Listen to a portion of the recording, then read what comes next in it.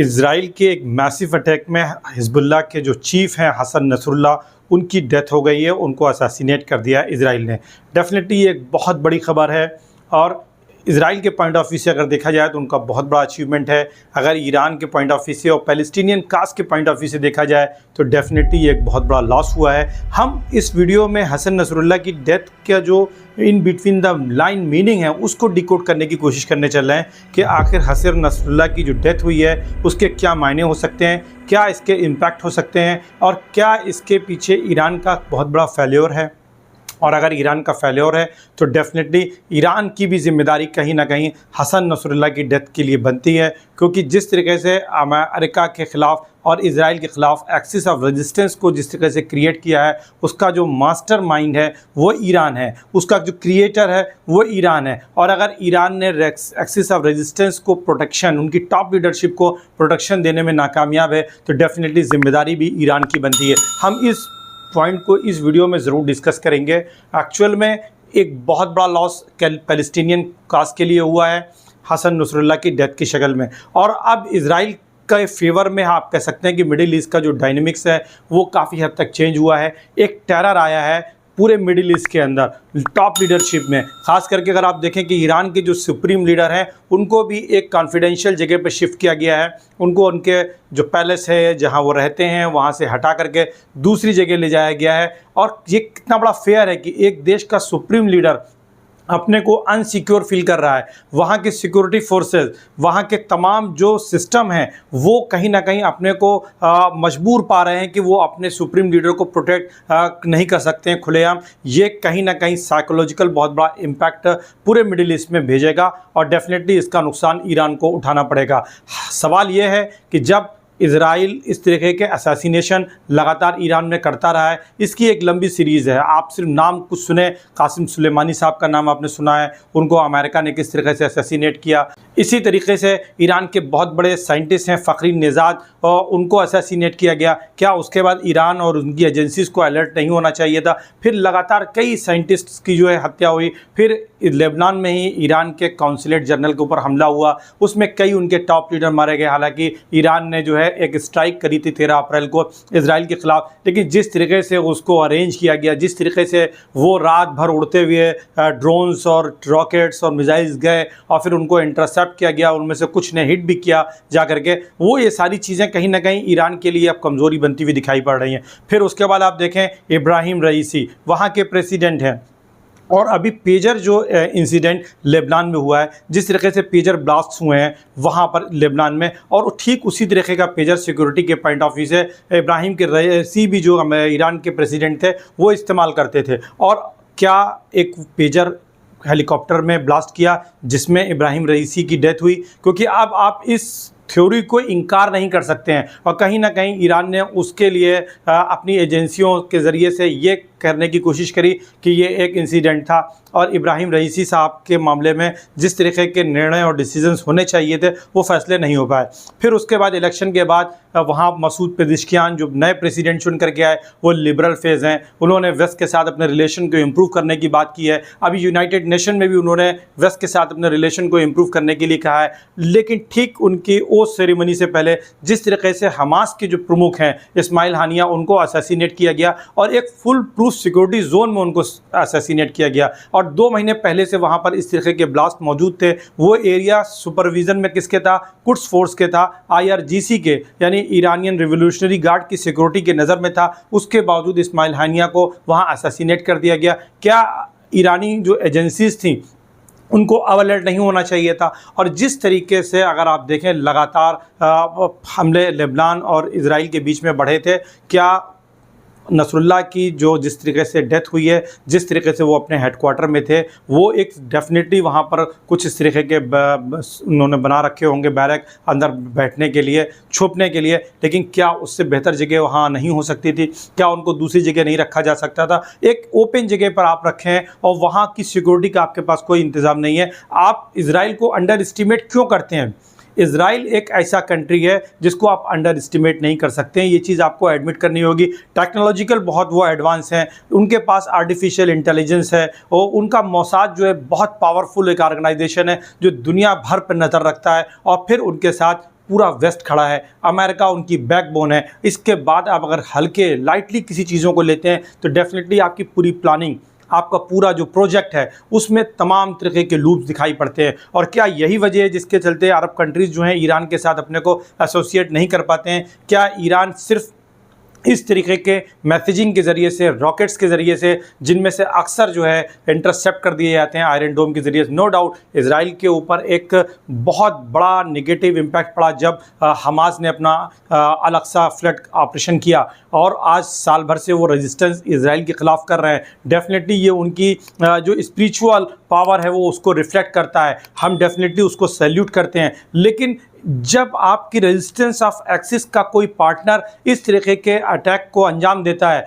फिर उस resistance of power को, रेजिस्टेंस ऑफ एक्सिस को क्रिएट करने वाली जो पावर है, अगर वो पीछे से उनको पूरी तरीके से फुल्ली असिस्टेड नहीं करती है और उस दुश्मन की ताकत को जानते हुए, फिर आप कहीं ना कहीं लोगों के साथ, खास करके जो कॉमन पीपल है उनके साथ कहीं ना कहीं बड़ा गेम हो जाता है। क्योंकि हमास का ज़रूर एक अटैक हुआ, उसमें इजरायलियों की एक बड़ी तादाद मारी गई और कई लोगों को वो बंधक बना कर लेकर के आए, उनको हॉस्टेज किया। लेकिन इसके बाद आप देखें कि पूरा की पूरा गाज़ा एक तरीके से स्टोन एज में कन्वर्ट हो गया। 40,000 से ज़्यादा अब तक डेथ हो चुकी है, जिनमें अक्सर बच्चे और औरतें हैं, और लाखों लोग जो हैं वो ज़ख्मी हुए हैं, जिनमें से अक्सर लोग ऐसे हैं कि जो आप नॉर्मल ज़िंदगी नहीं जी सकते। ठीक यही चीज़ अब लेबनान में नज़र आ रही है। अगर आपके पास उस तरीके की टेक्नोलॉजी नहीं है कि आप इजराइल को रोक सकें, फिर आप इजराइल को प्रोवोक ना करें। आपको प्रिपरेशन करनी चाहिए तब तक जब तक कि आप इजराइल के इक्विवेलेंट पावर ना रखें, और या पीसफुली एमिकेबल सोल्यूशन की तरफ बढ़ने की कोशिश करनी चाहिए।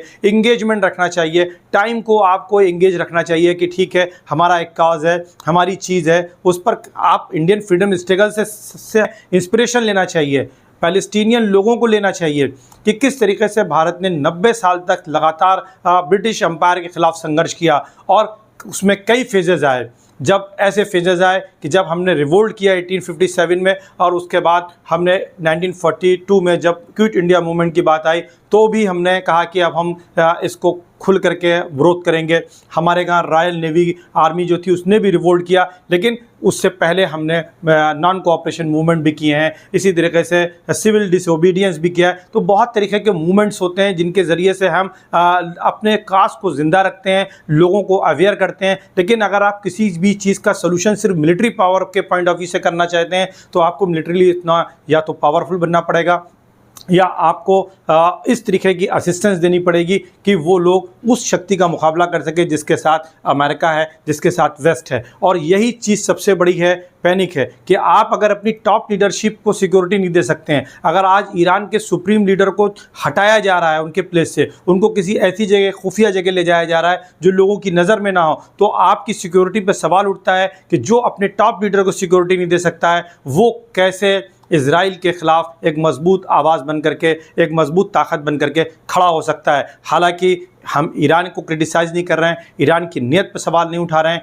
ईरान डेफिनेटली एक कोशिश कर रहा है, पैलेस्टीनियन काज के साथ खड़ा है, और मिडिल ईस्ट के तमाम कंट्रीज़ हैं उनका कोऑपरेशन उसको नहीं मिला है, ये भी एक फैक्ट है। और गल्फ़ की ज़्यादातर जो कंट्रीज़ हैं वो चूँकि एक वहाँ पे किंगशिप है, और अपनी इस मोनार्की के लिए वो कहीं ना कहीं इजराइल और अमेरिका के साथ अपने रिलेशन को लगातार बेहतर भी करते जा रहे हैं, और उन पर उनका एग्जिस्टेंस भी बेस करता है। लेकिन ईरान को भी ये चीज़ समझनी होगी कि अगर आप हिजबुल्लाह को साथ खड़े हैं तो आपने हिजबुल्लाह को इस तरीके के क्या एम्पावरमेंट किया है कि वो इजराइल के साथ अपने जो चैलेंजेस हैं उनका वो मुकाबला कर सके। क्योंकि हिजबुल्लाह के अगर टॉप लीडर की सिक्योरिटी नहीं है तो डेफिनेटली जो आवाम है लेबनान की, उसके साथ आने वाले टाइम में किस तरीके की सिचुएशन आ सकती है उसको हमने गाज़ा में देखा है, और इस चीज़ को देखने और समझने की ज़रूरत है। एक्चुअल में हमें एक जज्बाती कौम बन गए हैं। मुसलमान पूरी दुनिया में एक इमोशनल कम्युनिटी है जो जज्बात की बुनियाद पर फैसले लेती है, जबकि हमारे प्रॉफेट मोहम्मद सल्लल्लाहु अलैहि वसल्लम की जो टीचिंग है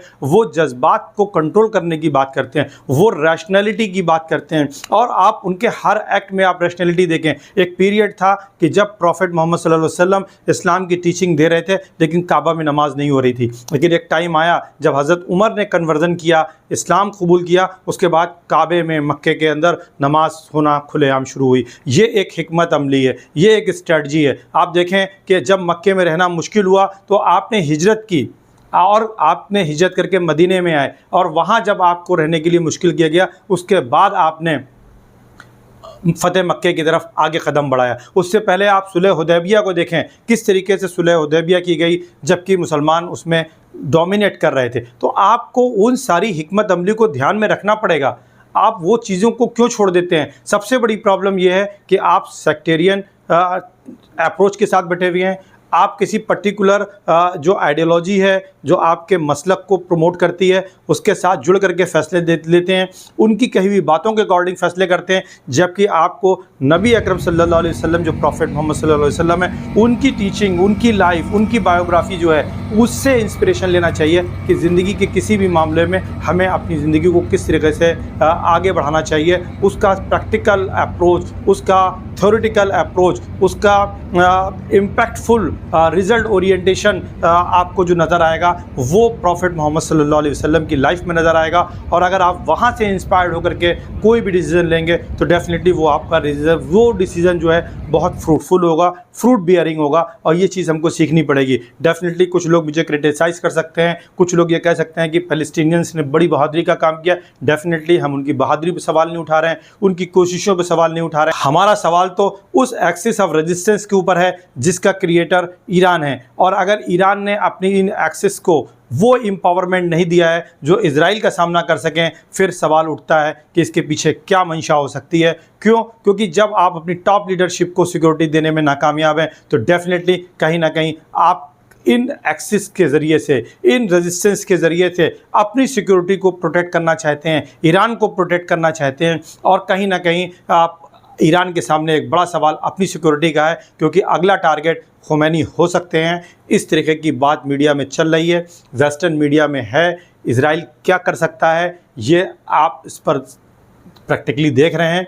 और ईरान की स्ट्राइक अगर आएगी तो डेफिनेटली ईरान के लिए मुश्किल होगा रोकना, क्योंकि वो प्रिपरेशन आपके पास नहीं है। ये मैं कह सकता हूँ गल्फ़ वार फर्स्ट का अगर आप पढ़ेंगे तो आपको नज़र आएगा, गल्फ़ वार 2 आप देखेंगे तो आपको नज़र आएगा, क्योंकि आपकी स्ट्रेटजी गड़बड़ है। अगर आपने 7 अक्टूबर को जिस तरीके से ऑपरेशन अल-अक्सा फ्लड हुआ, ठीक उसके बाद हिजबुल्लाह ने अपनी कार्रवाइयाँ शुरू कर दी। ठीक वो समय था जब हिजबुल्लाह भी उसको पार्टिसिपेट करता उस इफ़र्ट में जो हमास की तरफ से आया था। ठीक उसी वक्त ईरान के जो और एक्सिस हैं, जो रेजिस्टेंस के एक्सिस हैं, वो अगर इराक़ से और हूती से उस वक्त ऑपरेशनल हुए होते तो डेफिनेटली उसके रिज़ल्ट्स अलग आते। ठीक यही गलती सद्दाम हुसैन ने भी की थी अपने पीरियड में। फर्स्ट गल्फ़ वार हुई और उन्होंने 10 लाख आर्मी जो है उतरने दिया इराक़ के चारों तरफ कि हम बहादुरी के साथ मुकाबला करेंगे। हमारे पास 10 लाख की रेगुलर आर्मी है जिसको प्रैक्टिकल लर्निंग है, जिसका प्रैक्टिकल एक्सपीरियंस है ईरान के साथ 8 साल लड़ने का। और डेफिनेटली फिर आपने देखा कि सद्दाम हुसैन के साथ क्या हुआ। ठीक, क्योंकि लड़ाई में आपको कभी भी जो मिलिट्री स्ट्रेटजीज़ होती हैं, अगर आप उसको देखेंगे तो डेफिनेटली ये एक मिस्टेक होती है। आप तब दुश्मन पर हार्ड करते हैं जब वो वीक होता है, आप उसको मौका नहीं देते हैं संभलने का। किस तरीके की स्ट्रेटजी है, इसको मुसलमानों को समझना पड़ेगा, मुसलमानों को जानना पड़ेगा, क्योंकि इस तरीके की ईरानियन स्ट्रेटजी का नुकसान सिर्फ मुसलमानों को उठाना पड़ रहा है। हमें मसलक के ऊपर से उठ करके देखना होगा कि कोई शिया नहीं है, कोई सुन्नी नहीं है, एक मुसलमान है और उससे भी बढ़कर के एक इंसान है कि जिस तरीके से छोटे छोटे बच्चे जो अभी मज़हब नहीं जानते हैं, जिन्हें अभी मज़हब की पूरी तरीके से तालीम भी नहीं मालूम है, लेकिन वो अपनी जान गंवा रहे हैं, औरतें अपनी जान गंवा रही हैं और इंसानियत अपनी जान रो रही है, करहा रही है। और क्यों? क्योंकि हमारी स्ट्रेटजी में जो है क्या मिशन है यही क्लियर नहीं है। ये कैसा मिशन है कि जब हम अपनी टॉप लीडर को सिक्योर नहीं कर सकते हैं, कोई एक घटना हो आप उसको इग्नोर कर सकते हैं, 2 घटना हो आप उसको इग्नोर कर सकते हैं, लेकिन लगातार एक जैसी घटनाएं घट रही हैं, उसके बाद आप उन घटनाओं को रोक नहीं पा रहे हैं, तो सवाल तो आपकी इफ़िशियंसी पर आएगा। और ये सवाल कम्युनिटी को करना चाहिए कि इस तरीके से जो आवाम है, जो मुस्लिम आवाम है, वो आप उसको क्यों इस तरीके की मुसीबतों में डालते हैं। अगर आप इस तरीके के कोई भी एक्शन लेते हैं तो डेफिनेटली उससे पहले एक मुल्क के तौर पर आपको वो सारी तैयारी करनी चाहिए। अगर आप अपना एनिमी इसराइल को मानते हैं। अगर इसराइल आपका एनिमी है, आप इसराइल के वजूद को स्वीकार नहीं करते हैं, तो डेफिनेटली ईरान को या कोई भी ऐसी कंट्री या कोई भी देश दूसरे देश के लिए उससे पहले उसको उसकी तैयारी करनी चाहिए, ना कि आवाम को एक ज़रिया बना करके अपने मकसद को हासिल किया जाए। भले ही वो आपका ऑब्जेक्टिव हो या ऑब्जेक्टिव ना हो, लेकिन नतीजे के तौर पर अगर आप देखेंगे, कॉन्सिक्वेंसेस के तौर पर आकर के देखेंगे, तो सबसे ज़्यादा सफ़रर जो हुए हैं वो पैलेस्टीनियन पीपल हुए हैं। हज़ारों पैलेस्टीनियन मारे गए हैं, हज़ारों पैलेस्टीनियन जो हैं बेघर हो गए हैं और आज उनके पास रहने के लिए कहीं जगह नहीं है। लगातार उनका एरिया श्रिंक करता जा रहा है और आज गाज़ा भी उनके पास रहेगा कि नहीं रहेगा, ये एक बहुत बड़ा सवाल है। हालांकि अभी हिजबुल्लाह की तरफ से इसका जवाब आएगा, लेकिन अगर ये जवाब रॉकेट बैराक की शक्ल में आएगा उसका कोई इम्पैक्ट नहीं होने जा रहा है, क्योंकि इस तरह के अक्सर जितने भी रॉकेट्स होंगे उनको आयरन डोम और जो इनके तमाम दूसरे डिफेंस सिस्टम है वो रोक देंगे।